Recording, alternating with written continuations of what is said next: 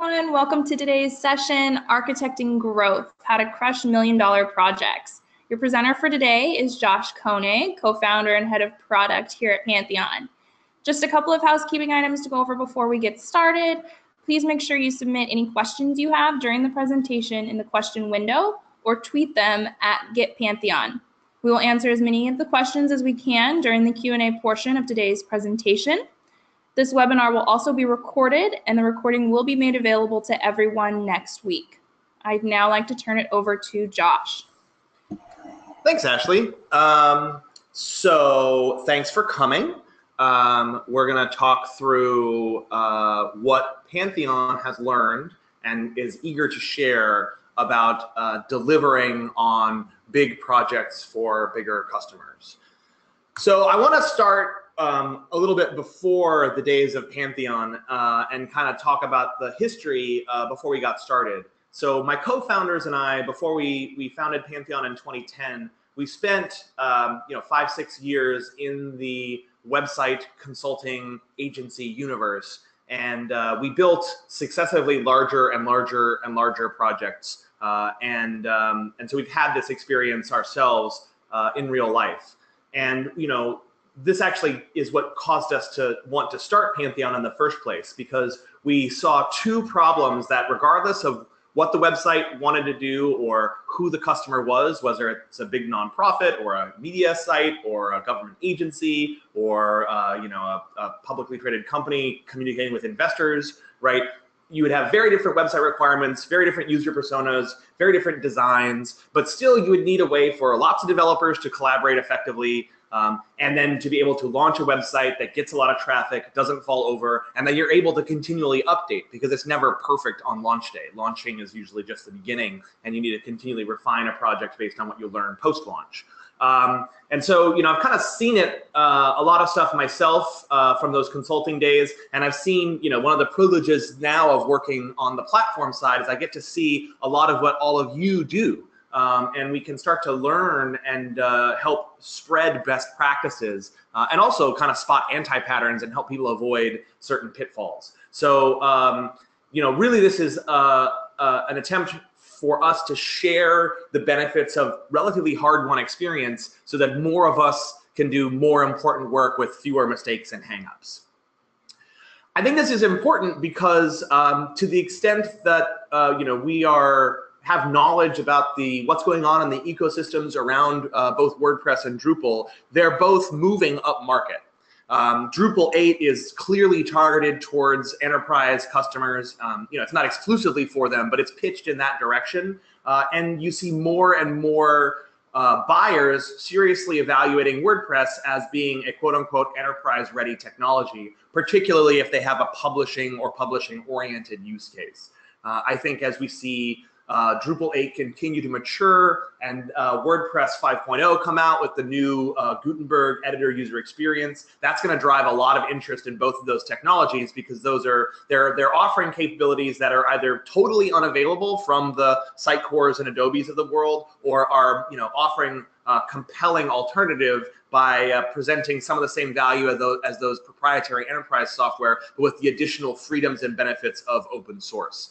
And so you can kind of see here, we did some analysis. My partner, our CFO, looked through all of the kind of built with data that we were able to gather, and then sort of back match that against company information, and is able to sort of pattern match between, okay, here's a business, it's got a website, what's the website running, and how much revenue does that business have? And so you can see WordPress is really, really dominant at the low end of the market, which we all know, it runs now close to 30% of all websites. So that's, by volume, there's a lot more small business websites than there are large business websites. But as you start to look up market, you see more and more of the dark blue, that's Drupal, but then also more and more of the red and sort of pink of Adobe and Sitecore, which are the two kind of dominant, the two most popular enterprise competitors, proprietary enterprise competitors.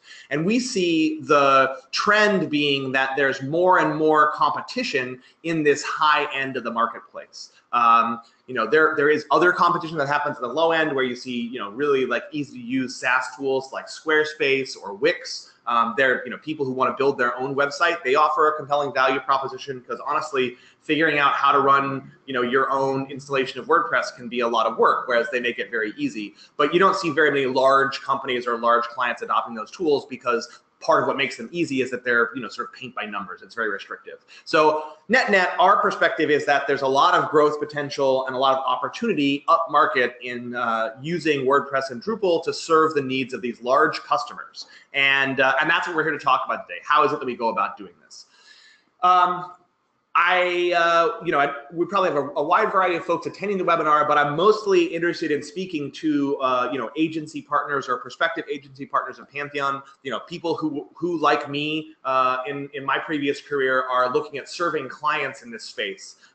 And really big projects can be great for an agency because let's get down to brass tacks. They can anchor your cash flow. They can give you the confidence to expand and hire people.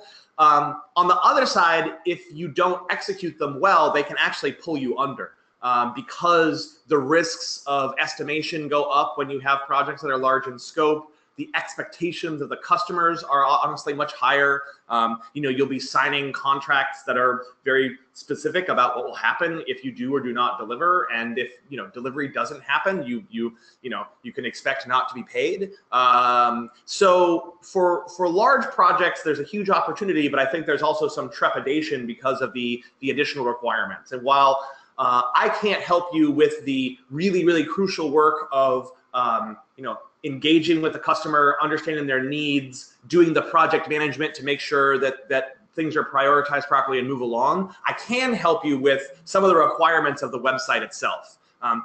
Pantheon obviously makes it easy for teams of developers to collaborate, which is crucial in any large scale project, but we also make it easy to meet kind of like some of the really difficult and sometimes almost scary requirements of the websites themselves. And that comes to the architecture of what you propose on these types of projects. If people have these types of use cases, you want to be able to propose the proper architecture so that they actually have a really good chance of success. A lot of times when I was early in my career, I learned a lot by being willing to jump in and get in a little bit over my head and then, scramble and sort of perform personally heroic acts to make sure that things came out okay. But that's honestly not what most buyers want. They don't want somebody who's going to do some mad science and make something awesome happen. They want a proven model that's not going to cause problems. They want good architecture that will just deliver the goods without creating any fire drills. And that's what I want to be able to give you today. The benefits of that experience we have that can give you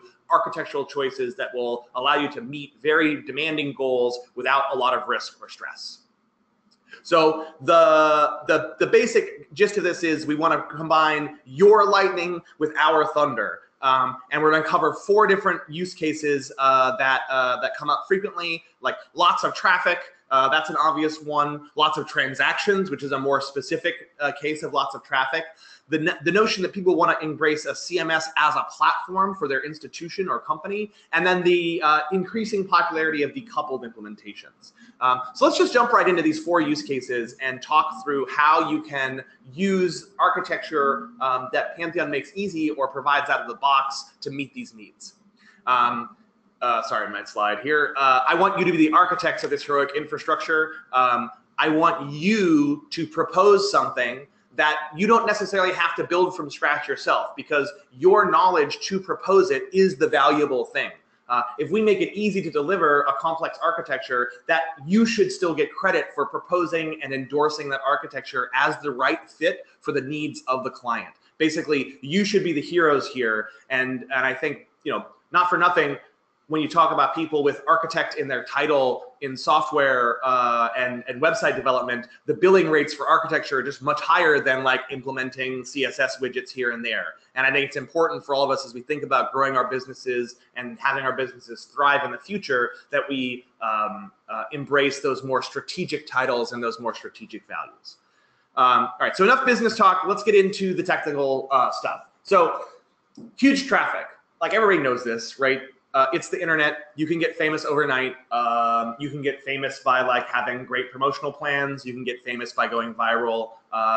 You can get famous on accident. But this is something that a lot of people aspire to, whether it's a media property or somebody who's just looking to do, have a communications or marketing plan that goes well. The key to withstanding internet scale surges of traffic is frankly not to use the CMS to do it. Everybody knows this. It's been, this is not new information in the industry. Companies like Akamai have built an entire, they're a hugely successful publicly traded company, basically on the backs of helping to shield content management systems from internet scale surges in traffic.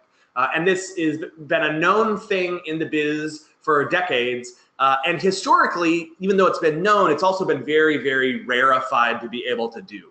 Like you end up with a lot of people who, they develop caching plugins or caching modules or strategies that still actually use the CMS, but just try to make it more efficient. And that's frankly better than nothing.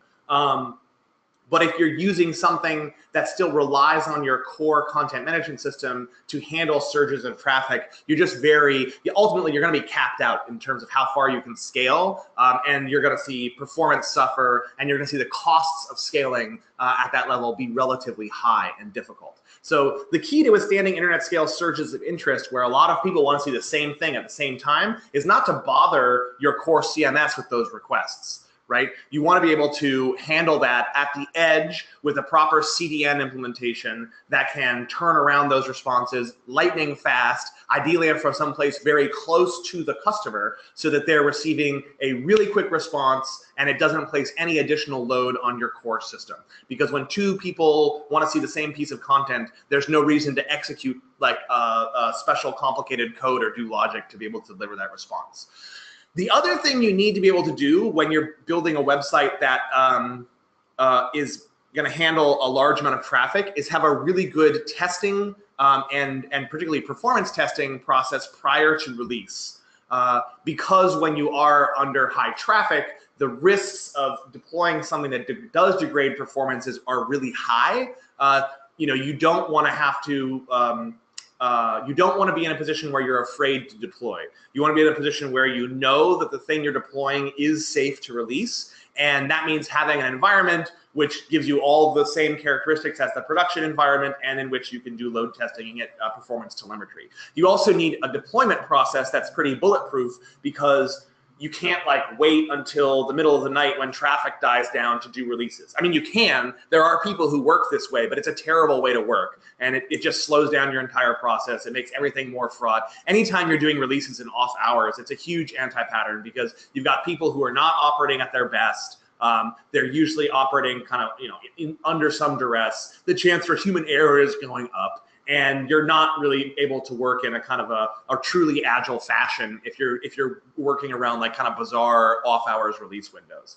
And that's what happens when you don't have a bulletproof release process. When you're like, oh, we got to wait for the traffic to be low so we can do the rollout so that nobody's interrupted. Just that you shouldn't settle for that. That's not how it's supposed to be. So an example of how we've done this at Pantheon is our one of our favorite customer case studies, Patch.com. Patch.com is the internet, to my knowledge, the only really successful hyper-local media organization online. There are a lot of companies that made a run at doing hyper-local news, and they've all gone by the wayside except for Patch. And Patch was famously a massive boondoggle. America Online and the Time Warner days in the aughts, invested hundreds of millions of dollars in developing Patch, and it was just like a classic like software kerfluffle. It was all over the place. It wasn't really working. There was like 300 people working on it, and they weren't well coordinated, and the infrastructure was spread all over the place.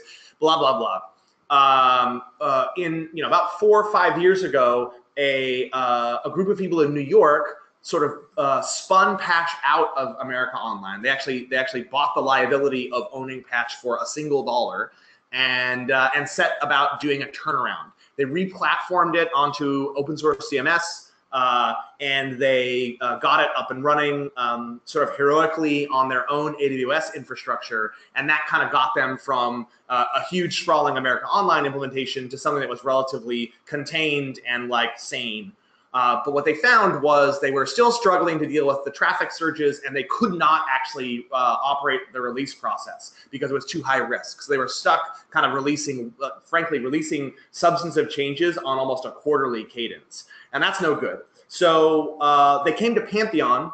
We were able to migrate them from their massive custom AWS implementation to our platform pretty easily, and give them the benefits of our global CDN and other performance boosting characteristics. So the website got faster, it scaled better, but more importantly than that, they started being able to make releases every week. And over the past 2 years that they've been doing that, they've actually completely revitalized the whole site. They did a total facelift. It's like a responsive design, mobile first. They've added a bunch of features and functionality. They totally changed their ad model, so they generate business to the website totally differently than they did when they started. And as a result, they're now actually profitable, and that's why they're sort of a big story. And that's not the two key things for them to do that was handling massive surges of traffic. Like when they get stuff that goes big, like they'll get 10, 20 million uniques in a day. And that's like not something they sweat anymore. They kind of enjoy it. Like we'll get like notes from them being like, woohoo, look at our Google Live, a screenshot of our Google Live data. But they don't have to worry about that anymore. Whereas before they would have a kind of a fear of success. Like, oh my gosh, it's going really well. Is it going too well? We don't want it to go too well because then we might be down. And then also, of course, their ability to iterate on what patch was and how it worked.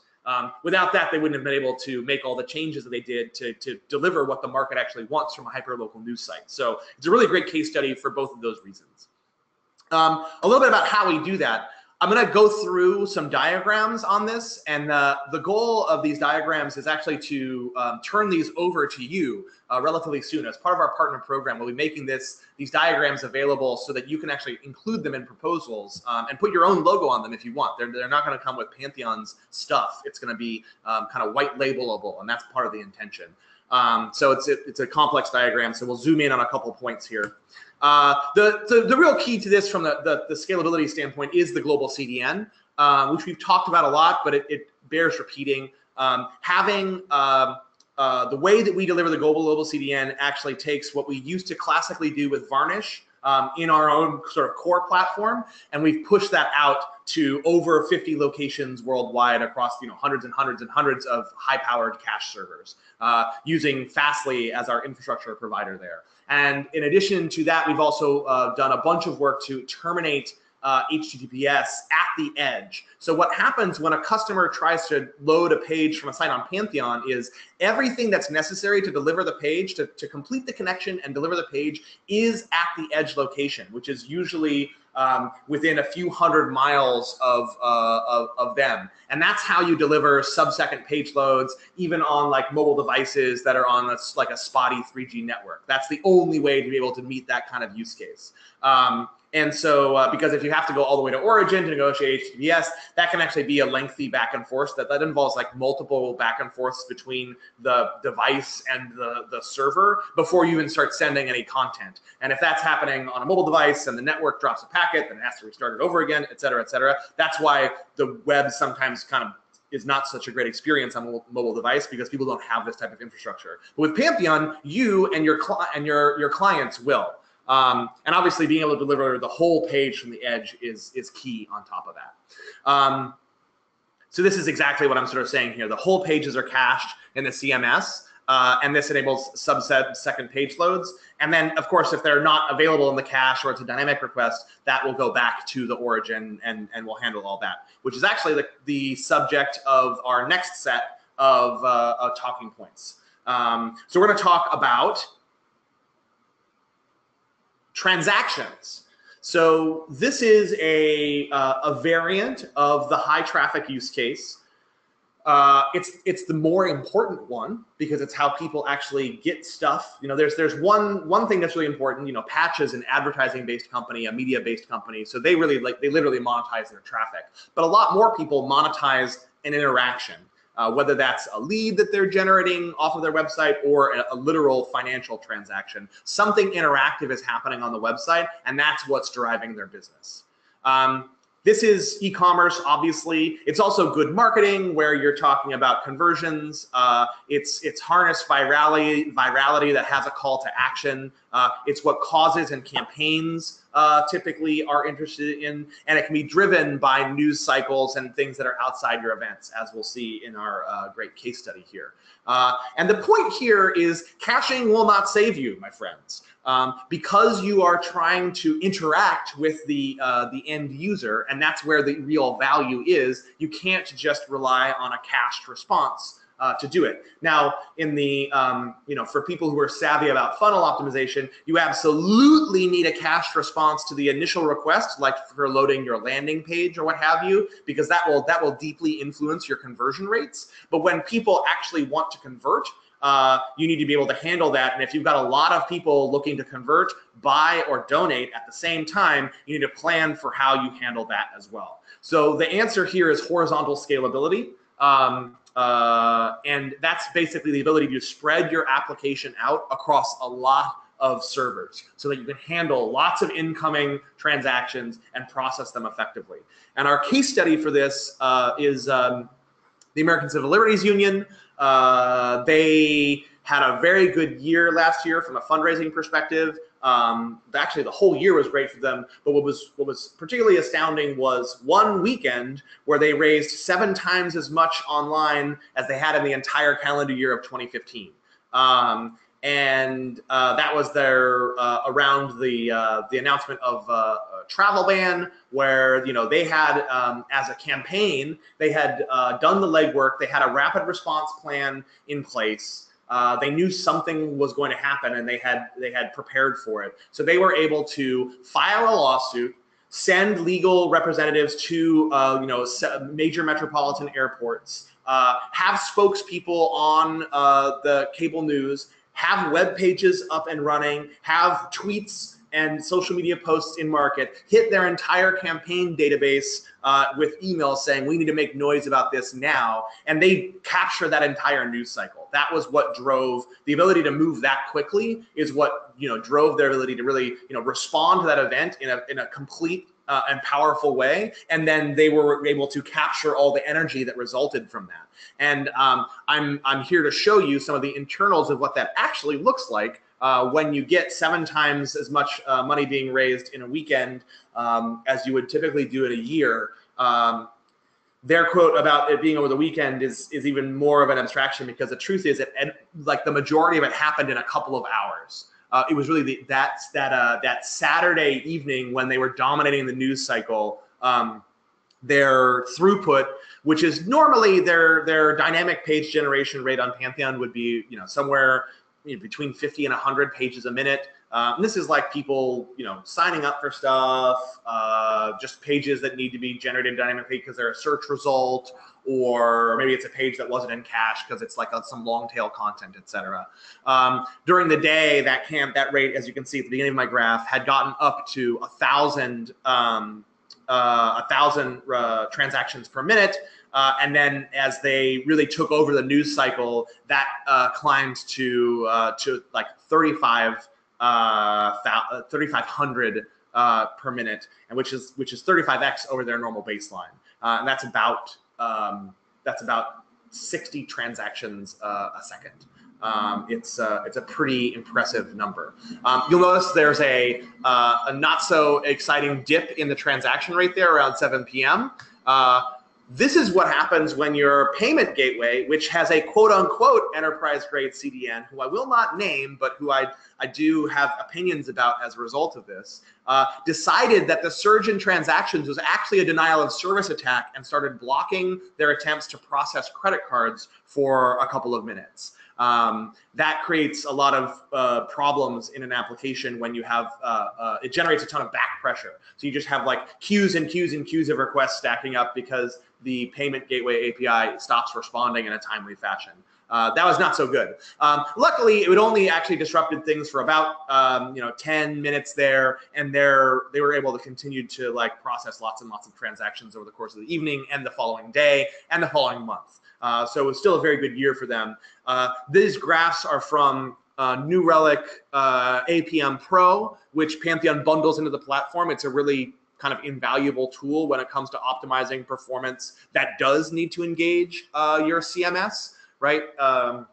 Because in the first case where you're just scaling sort of people looking at pages or people looking at content, you just want to make sure that the CDN is working, which is a kind of it's a like either is or isn't. It's a go, no go type of thing. Pretty easy to tell from the outside. But once you're actually engaging the content management system in your application, and you need to think about handling transactions at scale, being able to look at the internals of the application and understand if there is a problem, exactly where it's coming from, so that you can either push a change to optimize something or get on the phone with the vendor that's causing the problem, or if it's a Pantheon thing, we know and can jump right on it. It's a really invaluable tool for that. And so for people who are looking to optimize anything that's transactional in nature, that New Relic APM Pro is also a key part of our value proposition, and it's included with all of our performance plans.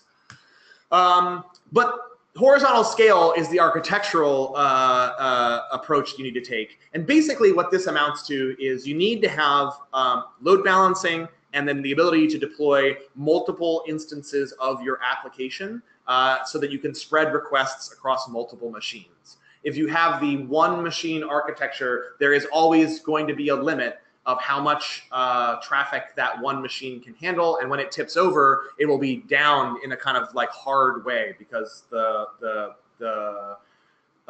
CPU load will go way up, or the disk will be full, or something will happen that actually brings the machine into an inoperable state, and you only have the one machine. And having been again a sysadmin in my previous career and dealt with some of these sometimes, like your only recourse is often to hard reboot the system to try to get it back online, because when the site is overwhelming the server, the system administrators can't get into the server to do anything about it because the server itself is overwhelmed. So you really can't be on a one box type architecture if you plan to scale in this way. And that's why they call it horizontal scale, because in an architecture diagram, it's when the boxes move out to the right and left, and you have a bunch of boxes that are handling things, not just one. So you have load balancing as the first key point of that. Like once requests come past your edge layer or your cache layer, they'll come into our primary data center on the Google Cloud platform, and then we'll spread it across any number of application instances. And the great thing about Pantheon is every site is set up to do this from the beginning, right? Even a free sandbox site is set up so that it can scale horizontally at a moment's notice. So rather than on some traditional managed hosting approaches, you'll have like different flavors of the platform where it's like, well, you're on the shared server or the dedicated server or the cluster thing, right? Those are fundamentally different architectures, and moving between them can actually break your application and or just take a long time. Pantheon's set up for every site to horizontally scale at any time. It's just fundamentally we've done things in a different way. And that's a huge benefit for us. It's also key to how we provide a lot of our other developer benefits like multi-dev, et cetera. The other hard part about horizontal scale is that you have all these other things that need to connect to the application so that it can work. Minimally, you need a database and some kind of content file system so that uploaded images and so forth can work. Databases are kind of well architected to be decoupled, and we use best practices there. We can set up a replica database, which is great for high availability. Also allows you to scale out requests that have a lot of read queries that are dependent on the database, so the database doesn't get overwhelmed with all the read operations and can still handle the writes that are coming in as part of the transaction. And if you have like a key value cache like Redis or your search index, like we provide Solr, those are all services that are meant to be decoupled. The content file system is something that we've actually invested a lot in developing. Its internal code name is Valhalla, and if you talk to systems administrators about horizontal scale, particularly when it comes to content-oriented use cases, this is always one of the places where everybody gets kind of fidgety and uncomfortable, because nobody likes network file systems. Everyone's like, oh, you should just never use NFS for these things because of all these problems that can happen. And then you say, so what do you actually use on your clusters? And they'll say, well, we use NFS. Right, they're using classic NFS, or maybe they're using Gluster, or people will try to make the Amazon Elastic file system stuff work. And there's just tons of problems with all these things. And the reason there are tons of problems is that they're not meant to be, they're not really tools that were designed to work in a content-oriented use case. They're tools that are designed to be general-purpose file systems that can be shared between a lot of different machines. And like they have all this extra capability so that like you could run a database off them if you wanted to, or you could like compile a binary inside of them if you wanted to. They have all the POSIX compliance logic, which makes them much, much heavier weight, much slower moving, and much less resilient in the case of anything going sideways or wrong. And the downside of the way that the CMSs work, both WordPress and Drupal have this this characteristic. When they operate with anything on the file system, like they try to write or even read an image file, or they need to like put a new CSS compiled asset in some place. If the file system, for whatever reason, hangs, then everything stops. That entire request will get blocked until the file system gets going again. And with NFS, you just have a lot of cases where it can hang for not just seconds, but like minutes or indefinitely. And that will actually cause your website to go down. So this is a huge problem with horizontal scalability, because obviously you have to have this content. Like some people will say, oh, just put it all in S3, but you run into all these other problems where like S3 isn't a file system. The CMS expects there to be a file system there, so all these operations don't work or get like really slow. That's why we've invested in this Valhalla system that's really designed to work to support horizontal scale when it comes to content. It has a bunch of other benefits. It lets us like synchronize content between like other environments, like a dev environment or multi-dev environment, very fast, instead of having to copy all the stuff over manually. But primarily, it's there so that we can scale out horizontally really rapidly, not have to worry about like additional file mounts or provisioning more capacity with like some kind of network file system cluster. It's a platform-wide capability that we've developed. It's unique to us, and it's super awesome for this use case. So next use case in the range of $1 million projects is CMS as a platform. So this is where you have a customer who's not thinking about a website. They're thinking about how they approach websites. They're thinking about a big portfolio. The average company, the average publicly traded company does not have one website. It has 163 or more.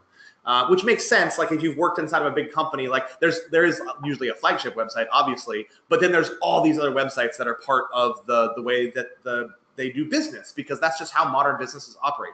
Likewise, large nonprofits, like the ACLU as an example. Like not only are we running their like big flagship website that gets all this traffic when they have a successful campaign, they also have like a chapter for every state. So they're thinking about how to support a portfolio of 50 chapter websites, and then potentially even local chapter websites. Universities have this use case where, across a campus, there will be thousands of websites, and they're trying to figure out ways of managing this problem at scale. If you can go help companies or clients or orgs or EDUs solve these problems at this scale, it's incredibly valuable. It's to them. It's a long-term opportunity, and it's a lot of repeat business for an agency. So it's a really exciting use case that doesn't necessarily involve the same kind of like white knuckle stuff as a big huge website that gets a ton of traffic. It's just a really large portfolio. So how do we do this?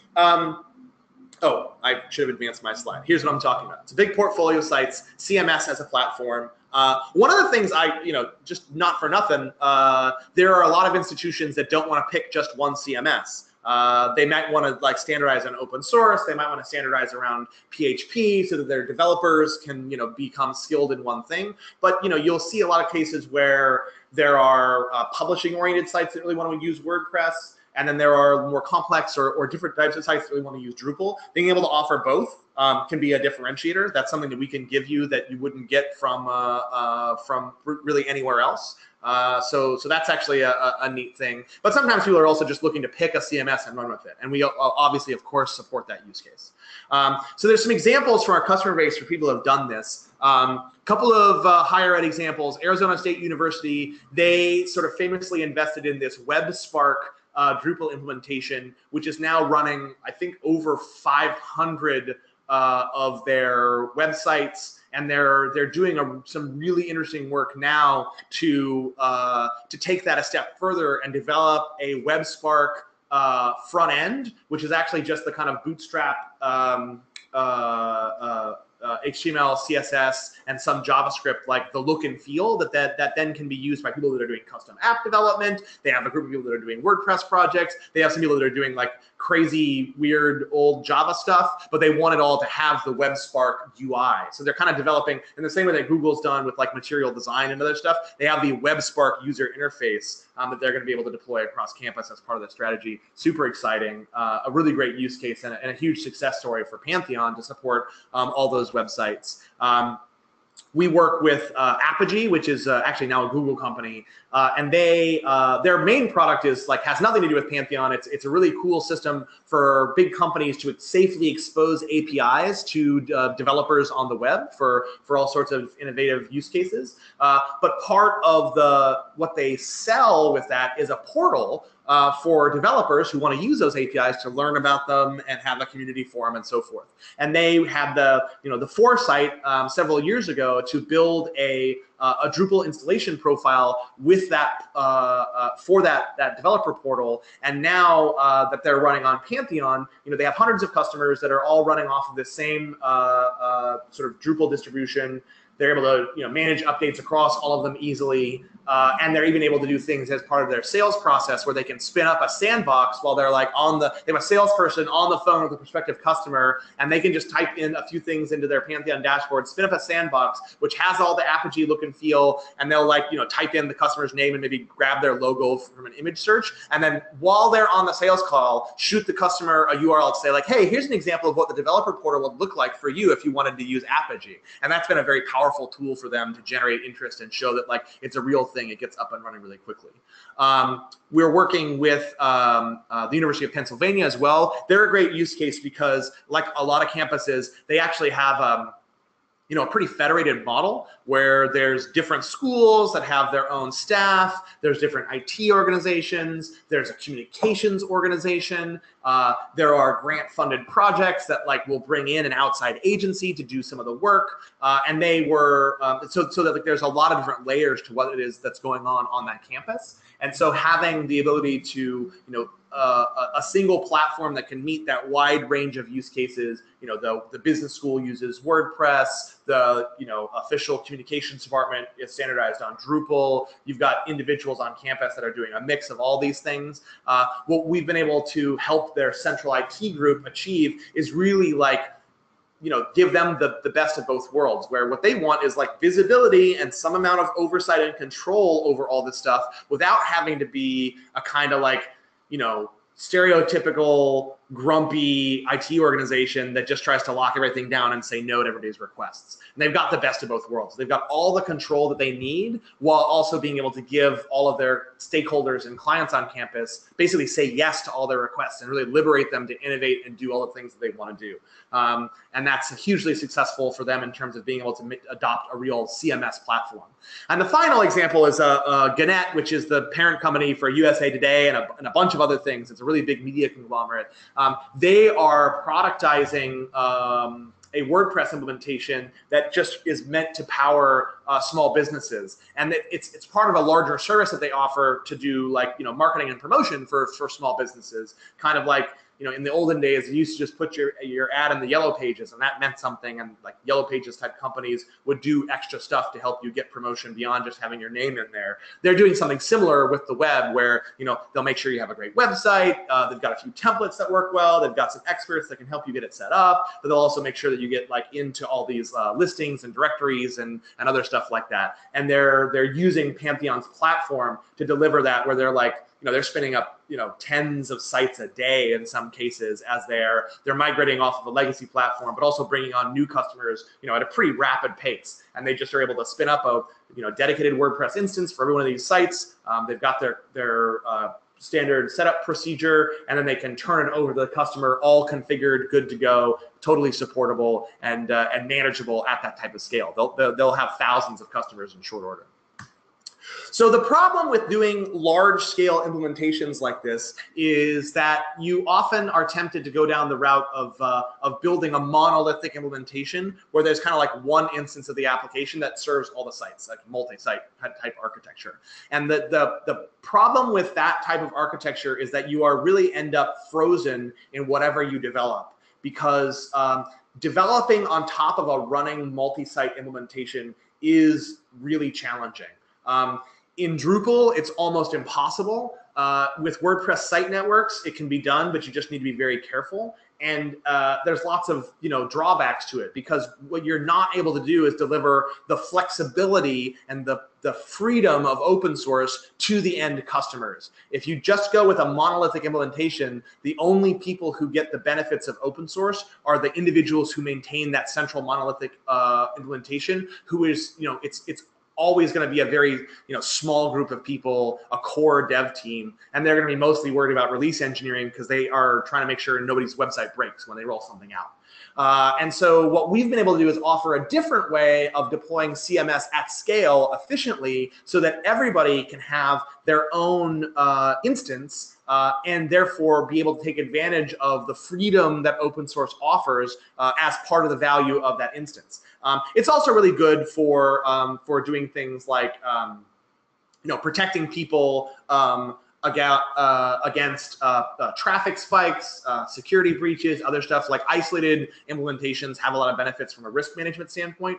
It's also really beneficial from a human error standpoint, because if you can release to a small subset of sites first and test the new release before it goes out widely, that's really beneficial, versus just kind of having a one shot. Like, you have one shot to get it right. That's just never the best. And so, we make it just as easy to deploy at scale as it would be if you were releasing a monolithic implementation, but without a lot of the risks, without a lot of the downsides. And then additionally, you have the ability to have multiple developers working in that context, because individual implementations can be customized or accessed by an individual developer who doesn't have access to the core shared stuff, which just lets you engage a much, much larger pool of talent. And again, is key to delivering that open source value proposition.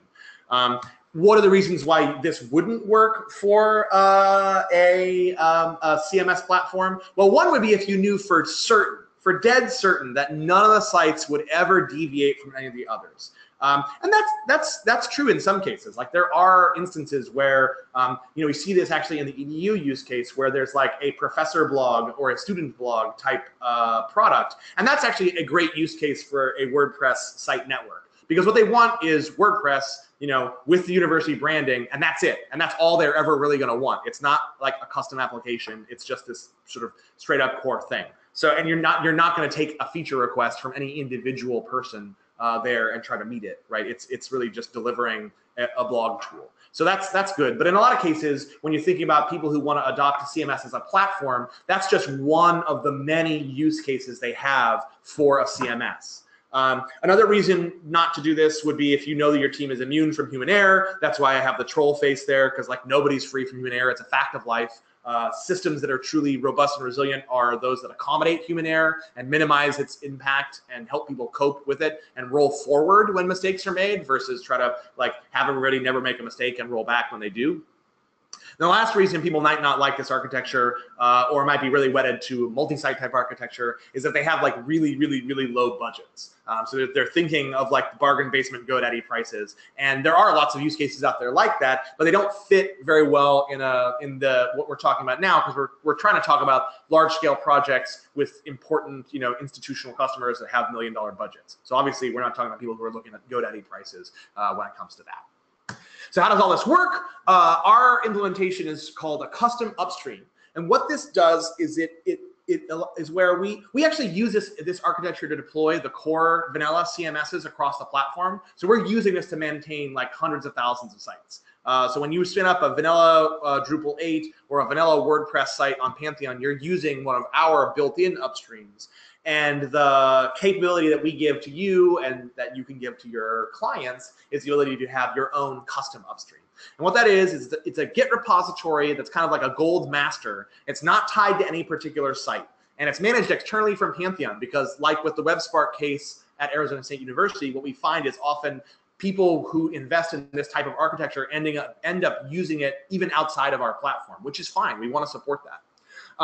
And this upstream can then be used to spin up and develop any number of individual site on the Pantheon platform. And they retain that relationship to the upstream so that when updates are made to the code in common, it can be rolled out across all the sites. And this allows you to have like a core dev team that's working off of like an example, sort of, the reference site to develop new features. And they can, or to multiple developers as needed to build on the upstream itself.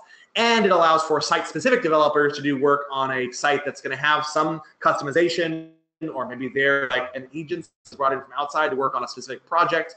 Super common use case, nonprofit and EDU use cases where an individual chapter or an individual school or an individual brand or product or country within the bigger institution hires their own agency to do their own work. They want to take advantage of the stuff that's being done in common, but then they want to customize it because they've got their own needs. And that's great. Being able to say yes to that is a huge benefit. And then when it comes to releases, you have this great set of capabilities. So you're doing development on live running websites that you can share with stakeholders for the core upstream. And then when you've got something you think is good and you want to release it, you can just release it to a subset of sites, like a canary group or a beta group, and let them run it overnight or for a couple days. That's what's called a soak test in the industry, so that you can make sure that there aren't any unexpected side effects. And that's not just like, oh, I clicked around the homepage and it looks good. This is like having people who are really going to use the CMS, sort of put it through its paces, actually make use of the site and make the release and make sure that it's good. And then you can script the rollout to the release to the sites that don't have a lot of customizations, the ones that are like the canary sites and have like a automated process, just deploy that. You don't have to do the individual ones yourself, obviously. And then when you have sites with custom development, you can hold those back if necessary, because there will inevitably be some case where some of the custom development causes some kind of clash with what you've done upstream, or that can actually happen in some edge cases on sites that don't have custom code, but just the config has been altered a lot. Basically, when you're doing a rollout of an update, anybody for whom the update doesn't work, they just get held back and you roll forward with the rest of the release, versus having to like call pull the red cord and make it a fire drill and everybody come in and like work on an emergency, rollback or an emergency hot fix to get the release out. You just say, okay, it didn't work for this site. Let's put that one aside. They're still running on the previous release. Get everybody else rolled out with the new release, get a good night's sleep, and then tomorrow we'll take a look at the site that didn't work. That's just a much better way to manage releases at scale than what you get with a multi-site implementation. Finally, we'll talk about decoupled. And this is the CMS as an API for a decoupled front end. Obviously, a use case that is getting a lot more traction recently, and with good reason. We've got direct experience with this because our implementation is decoupled. We are adopting more and more of a microservices approach. The dashboard is a single page app that talks to a decoupled backend. And actually in the early days, that decoupled backend was powered by Drupal, although it isn't today.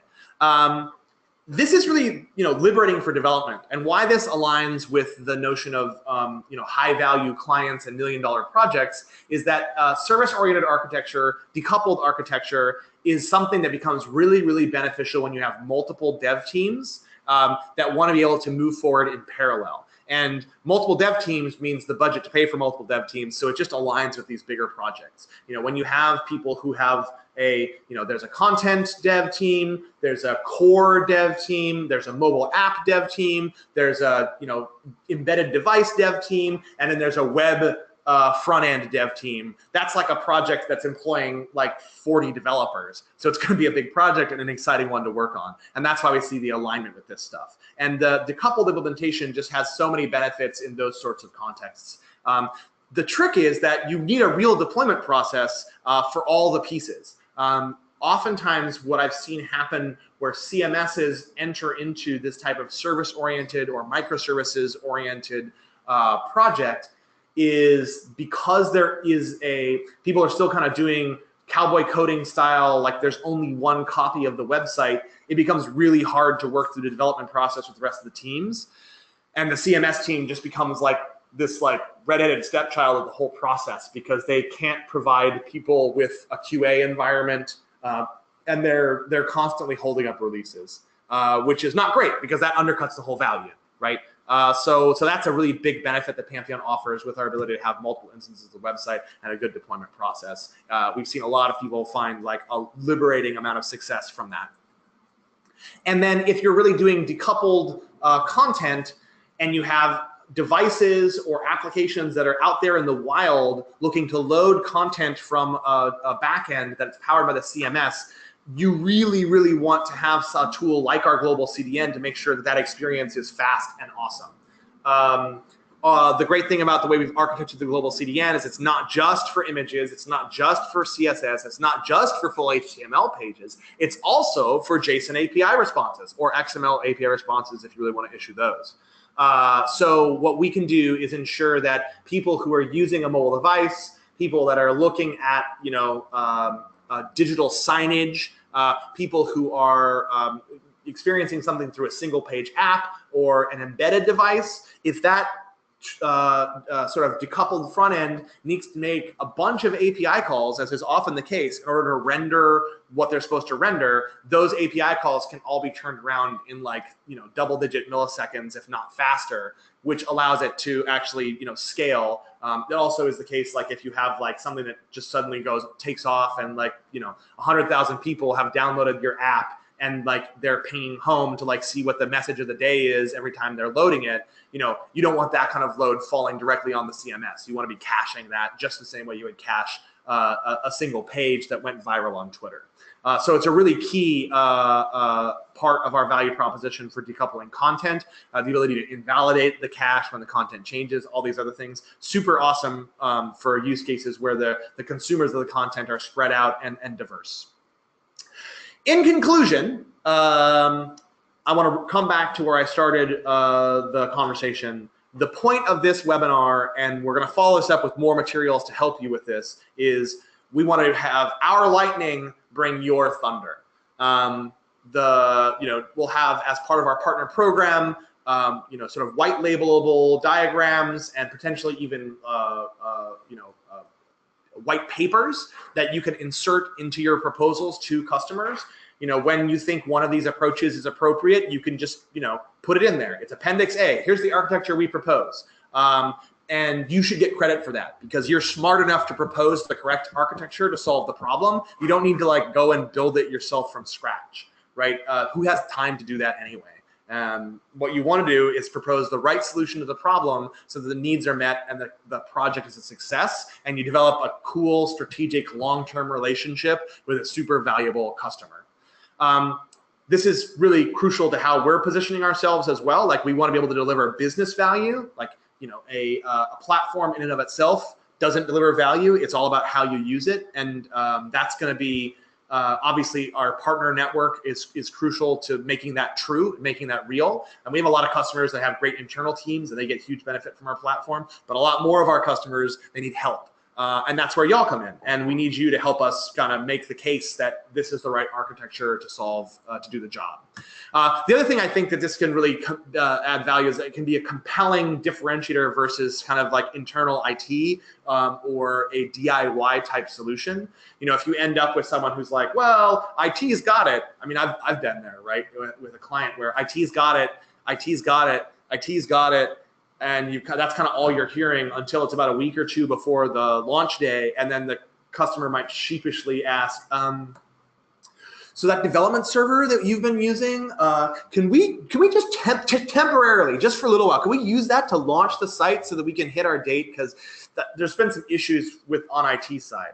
And the good news is with Pantheon, you can say yes to that request. But more importantly, I think you can shortcut that whole conversation and save a lot of people a lot of frustration by simply proposing the right architecture up front and having a real conversation with your technical counterparts on the client side for their IT organization to say, like, actually, we don't want to do that. That looks very complicated. It would take us a long time. It would cost a lot of money. If that's what you really need, then we should look at options to get that in a more time and cost-effective manner. And that's going to help organizations evolve, where you'll get IT to focus on the things that they really should be focused on and not try to hold on to use cases like running WordPress on AWS that aren't their core skill set. So with that, I took a little bit more time than I think we thought because I rambled a little bit in the middle. I'll stick around longer though for questions, and we should just get right into the Q&A. Great, thank you, Josh. We do have a couple questions. The first one is a bit of a troubleshooting need. Sometimes this style of caching creates a lot of issues in testing Pantheon and making any changes to a page, then having to do a hard refresh only to only get the changes done. So there's two different, there's a great talk that I saw the inventor of Varnish, Paul Henning Camp, give, in which he was just talking about how many caches there are when you're dealing with anything that is a computer. You know, like we all learn in school that a computer is a CPU and a disk and memory and a bus, and we move data around between these things. And he said this is absolute 100% lies, because every one of these systems has at least 3 layers of caching in it, and then that's just within like the hardware that's inside the computer. So it's caches all the way down. There's two problems that typically come up with caching and Pantheon. The first problem is that you just need to do, like, there's caching that happens in the browser, and browsers are trying to be helpful and hold on to things that we are telling them that are cacheable so that they don't have to make those requests again. And that's where you get like you need to hit like the refresh button, do the Alt F4 thing. That's not unique to Pantheon. That's really going to be any place that tries to do any amount of caching. And it's just something that as a developer, people are really used to, and unfortunately, you just kind of have to train clients to know how to hit that hard refresh to make sure that they are getting the most recent stuff. And really what that's doing is it's telling their local computer, their browser, go get whatever content is on this page. Don't trust what you have saved locally. The other instance where this is can be challenging is more in production, where you have this historically you've had this problem of like what my colleague David calls the battle between the fast and the fresh, where you want to have fast content, so you want to cache stuff for a long time, but then you want to post new content and have that go out immediately.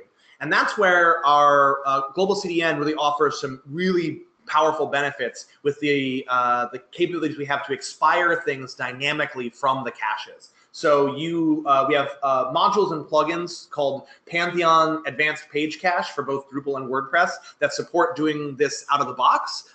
You might, as a developer, want to enhance that with some of your own caching logic, because out of the box, we can only make very simple assumptions about when certain things should be expired from the cache. But basically, what you can do is any page can have any number of tags associated with it. So like the author, the category, the type of content that it is, even like the year or month that it was published in. And then whenever the CMS does anything that alters any of those things, you know, not just literally, of course, altering the page itself, like the page has a tag of I am this page based on my URL.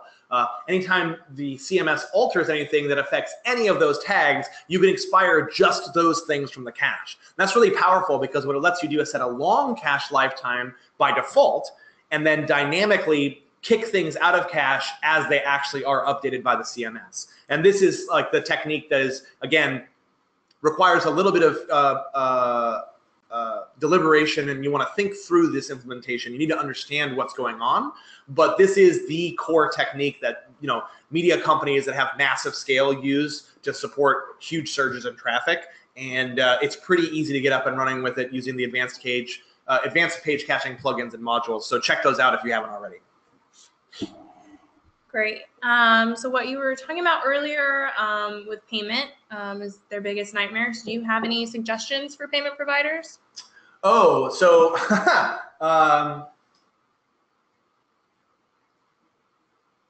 I don't want to like sort of bless any particular vendor, because I think there are actually a lot of vendors that are doing good work in this space. And depending on your requirements, you may want to like look in different directions.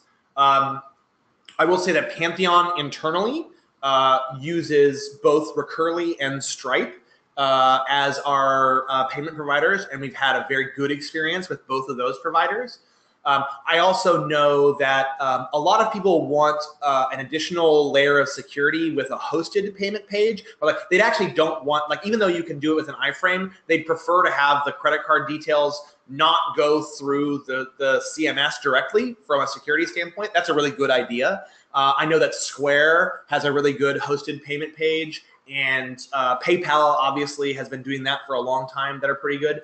Stripe and Recurly have those things too, but they're not as much a core focus. I think Square is really making that a focus of their business.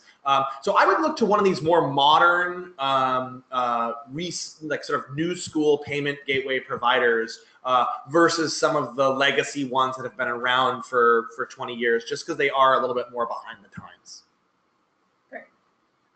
General question related to e-commerce websites.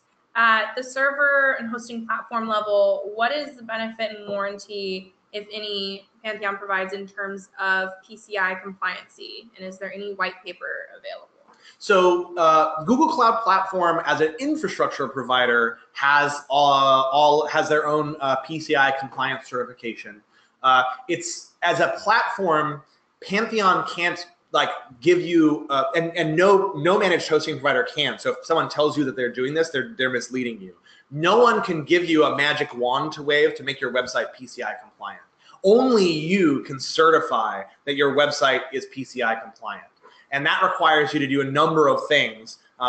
You have to actually understand the cardholder data environment, which is any place that could touch literal credit card data, which is why a lot of people pursue those hosted payment pages, because it makes saying, hey, the cardholder data environment is actually just Square, and the cardholder data goes through Square, and we get a safe token back from that. And that makes it a lot easier to assert that you are PCI compliant.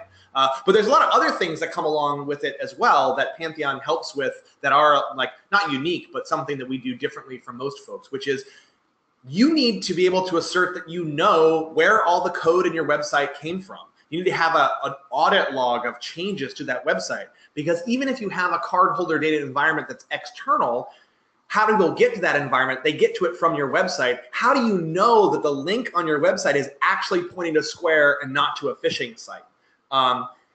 This is sort of like real stuff, actually. Like a lot of online credit card fraud today isn't from people like hacking into databases and like, pulling down like, people who are like unwise enough to store a bunch of credit cards in their own database. It's people who get a little shim of JavaScript into a website because of some vulnerability in the way that the content is being managed, and they just skim. They skim the cardholder data when it gets entered, and so it gets posted to your main payment gateway, but also to a server in the Ukraine where it gets added to their database. And so Pantheon offers a lot of benefits, both in terms of our immutable production environments and the fact that we do, like, because we have a deployment system, there is an audit log of what code got deployed to the website when. That allows you to more confidently assert that you have control of the application that comprises an important part of the cardholder data environment. We don't have a white paper on this right now. It's something we've talked about doing a lot. The problem is that because your mileage may vary quite a lot, it really is something that we, when we actually get to the point of doing something around it, we'll want to be like really super confident that we have a prescriptive method that will work every time. And because people's use cases range quite widely, we don't have that right now. But what I can say is there's a number of ways you can approach PCI compliance with our platform that are good. We have people who've done it successfully, defended it against an audit from like like literally getting audited by Visa. And also, if you are talking to another platform provider who says, oh no, we'll just hand wave, make it PCI compliant, they are misleading you. It's not that simple. Okay. When should we anticipate additional partner-specific documentation regarding the new architecture, upstreams, etc., so that we can incorporate this into our Pantheon pitch? Soon. I wanted to have this by the time we did this webinar. We did a lot of this content at our partner day at DrupalCon. It's just taking a little bit longer because the diagrams are really cool, but they take a while to make. So like certainly by the time we launch the partner program, the new partner program at the end of June, we'll have all this dialed. But I think we'll have it sooner by then. And as soon as we have it, we'll start sharing it with people to get feedback. We might kind of do a beta release just to see how it goes with some folks using it in proposals. If you have a proposal coming up and you'd like to use some of this content, get in touch with your rep at Pantheon, and they'll get in touch with me, and I'm happy to share what we've got right now. If you want to try to do it as a test and see how it works out, that would actually be great. But in terms of having a first like real 1.0 iteration, at the very latest, end of June, but hopefully sooner. Perfect. Last question here. Any news regarding hosting in Europe and the impact of GDPR, etc.? So we have I'll answer the second question first. GDPR is a big buzzword inside of Pantheon. It's been featured in our weekly Monday morning company-wide orientation for several weeks running. And we're almost there. So we're gonna have a blog post coming out shortly that will describe all of the things that we're doing to, of course, comply ourselves, but also to help all of our customers comply. And there's a lot of different things that go into GDPR. I'm not going to try to go through them today because it's very complicated, but look for that blog post. We're going to be completely compliant by the deadline, and we'll make sure everybody who relies on us can do everything they need to do to be compliant as well. When it comes to a EU data center, which actually is not related to GDPR, you have the same responsibilities under GDPR no matter where your data lives.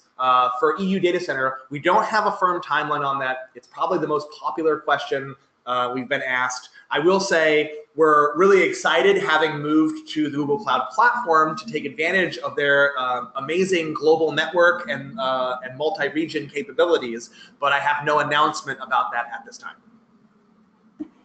Okay, thank you so much, Josh. Thank you all for watching. If you do have any questions or feedback, please visit our website. You'll find a contact us page there, or get in touch with your rep at Pantheon. And have a great Wednesday. Thanks, everyone. Thanks, y'all. Thursday.